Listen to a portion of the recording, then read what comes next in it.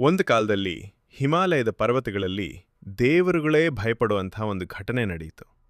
ಆ ಸಮಯದಲ್ಲಿ ಅಸುರ ರಾಜ ತಾರಕಾಸುರನು ತನ್ನ ತಪಸ್ಸಿನಿಂದ ಅಪಾರ ಶಕ್ತಿ ಪಡೆದಿದ್ದನು. ಅವನು ದೇವತೆಗಳನ್ನೆಲ್ಲ ಹಿಂಸಿಸುತ್ತಾ ಲೋಕದಲ್ಲಿ ಅಶಾಂತಿ ಸೃಷ್ಟಿಸುತ್ತಿದ್ದನು. ದೇವತೆಗಳು ಕೊನೆಗೆ ಪರಮಶಿವನ ಶರಣಾಗತಿಯಾದರು. ಪ್ರಭು, ನಮಗೆ ರಕ್ಷಣೆ ನೀಡಿ ಎಂದು ಬೇಡಿಕೊಂಡರು. ಆದರೆ ಆ ಸಮಯದಲ್ಲಿ ಶಿವನು ಗಾಢ ಧ್ಯಾನದಲ್ಲಿ ಮುಳುಗಿದ್ದನು.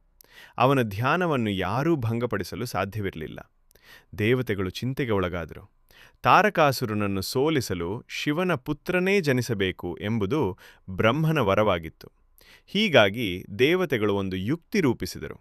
ಕಾಮದೇವನನ್ನು ಶಿವನ ಧ್ಯಾನ ಭಂಗ ಮಾಡಲು ಕಳುಹಿಸಿದರು.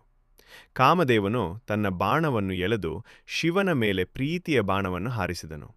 ಅದೇ ಕ್ಷಣದಲ್ಲಿ ಶಿವನ ಕಣ್ಣು ತೆರೆಯಿತು. ಅವನ ಮೂರನೇ ಕಣ್ಣು ಹೊತ್ತಿ ಉರಿಯತೊಡಗಿತು.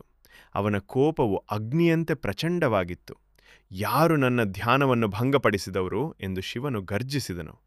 ಕಾಮದೇವನು ಗರ್ಜಿಸಿದನು. ಕಾಮದೇವನು ಭಯದಿಂದ ನಡುಗುತ್ತಿದ್ದನು.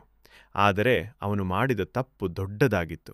ಶಿವನ ಕೋಪದಿಂದ ಮೂರನೇ ಕಣ್ಣಿನಿಂದ ಹೊರಬಂದ ಅಗ್ನಿ ಕಾಮದೇವನನ್ನು ಕ್ಷಣಾರ್ಧದಲ್ಲಿ ಭಸ್ಮ ಮಾಡಿತು.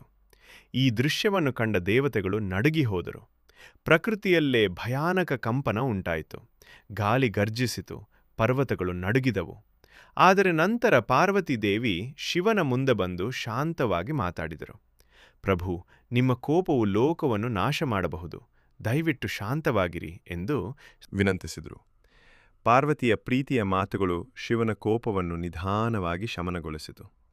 ಅವನು ತನ್ನ ಕಣ್ಣುಗಳನ್ನು ಮುಚ್ಚಿ ಮತ್ತೆ ಶಾಂತ ಸ್ಥಿತಿಗೆ ಬಂದನು. ಕಾಮದೇವನು ಭಸ್ಮವಾಗಿದ್ದರೂ ಅವನ ಆತ್ಮ ಶಾಶ್ವತವಾಗಿ ಪ್ರೀತಿಯ ರೂಪದಲ್ಲಿ ಉಳಿಯಿತು. ನಂತರ ಶಿವ ಮತ್ತು ಪಾರ್ವತಿಯ ವಿವಾಹದಿಂದ ಕಾರ್ತಿಕೇಯನು ಜನಿಸಿದರು.